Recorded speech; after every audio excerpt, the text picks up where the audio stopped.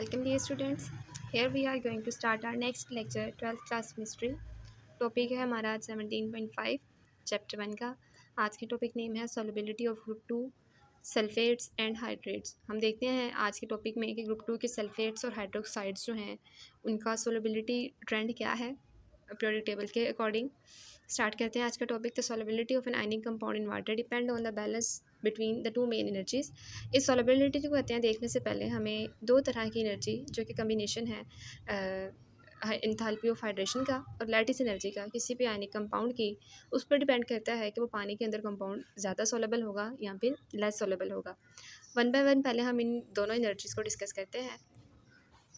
Enthalpy of hydration को अगर हम देखें तो हम ये कह सकते हैं कि एंथैल्पी ऑफ हाइड्रेशन वो एनर्जी है जो वाटर मॉलिक्यूल्स की किसी भी दूसरे कंपाउंड के ऊपर आयनिक कंपाउंड के ऊपर अटैक के बाद रिलीज़ होगी. यानी वाटर मॉलिक्यूल जो है उस मॉलिक्यूल के अंदर जब वो उसको हम डालते हैं तो पानी के मॉलिक्यूल हमारे उस आयनिक कंपाउंड को ब्रेक करने की कोशिश करेंगे और उस ब्रेकेज के नतीजे में जितनी एनर्जी रिलीज़ होगी वो हमारी एंथैल्पी ऑफ हाइड्रेशन होगी.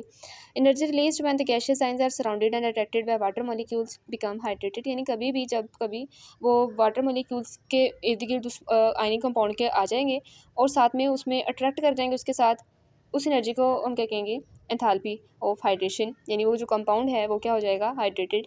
ऑलवेज एक्सोथर्मिक की हमेशा नेगेटिव होगी क्योंकि ये एनर्जी रिलीज़ होगी उस अटैक के नतीजे में.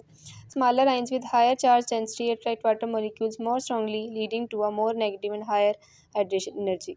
कहते क्या होता है, ये डिपेंड करता है कि किसी भी एलिमेंट का कंपाउंड का साइज़ कितना है. अगर जो मेटल आयंस हैं हमारे, जैसे हम ग्रुप 2 की बात कर रहे हैं, जिनका साइज़ छोटा होगा उनके लिए हाइड्रेशन एनर्जी की वैल्यू क्या होगी ज़्यादा. ठीक है, उनमें ज़्यादा एनर्जी रिलीज़ होगी. यानी कि अगर हम एंथैल्पी को देखें एंथैल्पी ऑफ हाइड्रेशन को, तो अगर हम ग्रुप 2 एलिमेंट्स के हाइड्रोक्साइड्स के अटैक में देखें तो बेटा हाइड्रोक्साइड OH आयन जो है उसका अपना साइज़ बहुत छोटा होता है, जो छोटे साइज़ का होता है. डिपेंड करता है फिर वो जो हमारे हाइड्रोक्साइड्स हैं ग्रुप 2 के, उनके साइज़ पे डिपेंड करता है कि उनका और हाइड्रोक्साइड का किस तरह अट्रैक्शन होगा और फिर वो साइज़ पे किस तरह डिपेंड करता है. अगर हम टॉप टू बॉटम से देखें तो ग्रुप 2 एलिमेंट्स का साइज़ क्या हो रहा है इंक्रीज़. जो टॉप वाले हैं उनका साइज़ स्मॉल है और जो बॉटम वाले हैं उनका साइज़ लार्ज है. अब जो टॉप पे मौजूद है उनका साइज़ स्मॉल होने की वजह से क्या है, उनका साइज़ छोटा है, चार्ज डेंसिटी क्या है ज़्यादा है. जब उनको हम वाटर में डिसॉल्व करते हैं वो जल्दी से वाटर मॉलिक्यूल को अपनी तरफ क्या करते हैं अट्रैक्ट करते हैं.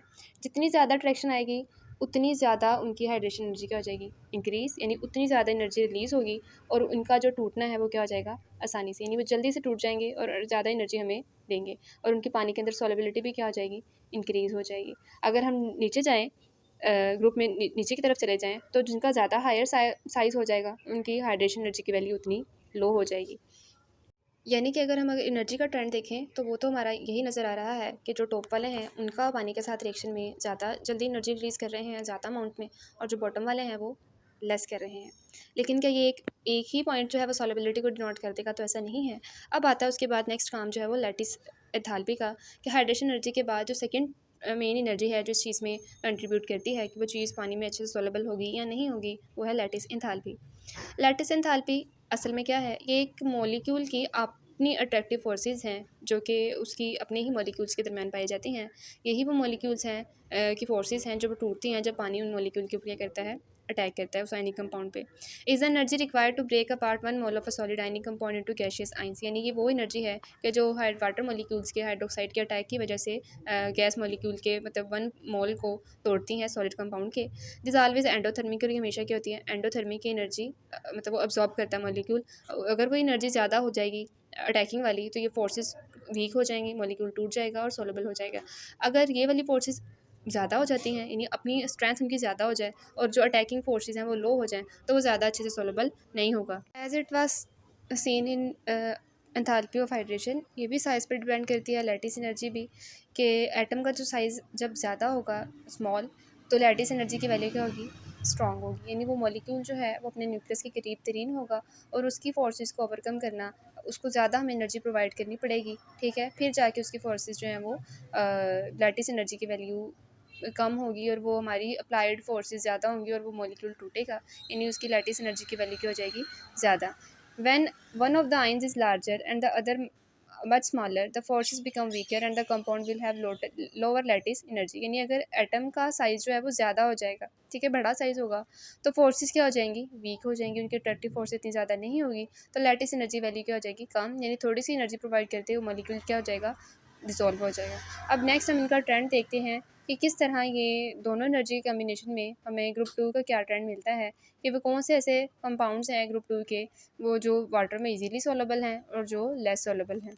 अब एंथैल्पी ऑफ हाइड्रेशन और लैटिस एंथैल्पी के बाद लैटिस एनर्जी के कम्बिनेशन के बाद जो थर्ड चीज़ हमारे पास आई है उस ओवरऑल कंपाउंड के बारे में से हम कहते हैं एंथैल्पी ऑफ सॉल्यूशन के। उस सॉल्यूशन की एंथैल्पी क्या है, वो लेस सोलेबल है या मोर सोलेबल है, वो ज़्यादा एनर्जी उसको प्रोवाइड करनी पड़ेगी या थोड़ी एनर्जी भी इनफ होगी। When a solid ionic compound is dissolved in water, a more negative or a less positive generally favors high solubility।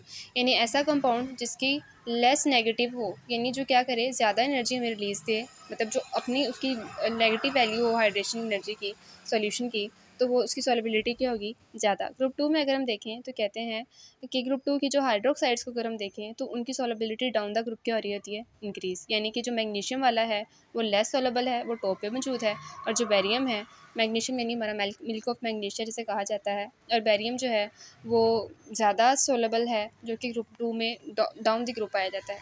अगर हम इन दोनों को देखें तो ऐसा क्यों होता है, तो बेटा इसकी वजह क्या है कि ग्रुप टू में पहले तो अगर हम एंथैल्पी देखें लैटिस एनर्जी को, तो ग्रुप टू में मैग्नीशियम का साइज़ स्मॉल है, बैरियम का साइज़ जो है वो बड़ा है। बड़ा साइज़ होने की वजह से मॉलिक्यूल की down the group attractive force इतनी ज़्यादा स्ट्रॉन्ग नहीं है, उनको थोड़ी सी एनर्जी प्रोवाइड करेंगे, मॉलिक्यूल टूट जाएगी, यानी down the group lattice energy क्या हो रही है, डिक्रीज़।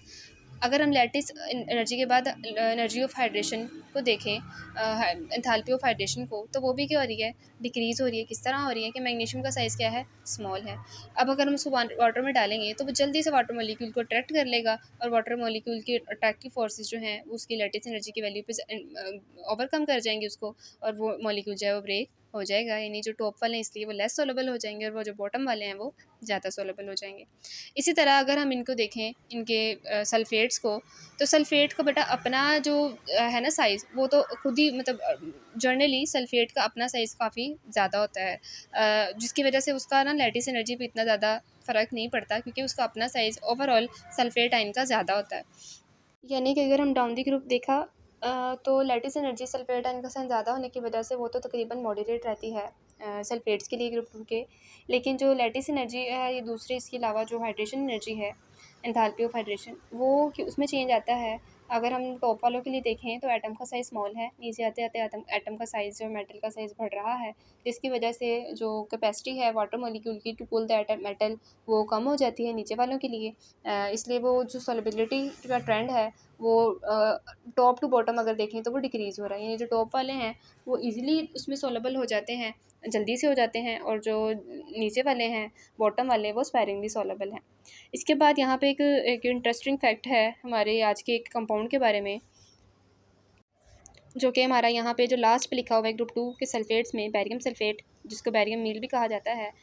बेटा जब किसी को एक्सरे करवाना हो सिटी स्कैन्स के लिए, यानी इंटेस्टाइन्स का, स्टमक का एक्सरे लेना हो, तो डॉक्टर्स पेशेंट को एक्सरे करवाने से पहले उसको ये बैरियम सल्फेट उनको पिलाया जाता है, इसका सस्पेंशन वाटर में डिसॉल्व करके।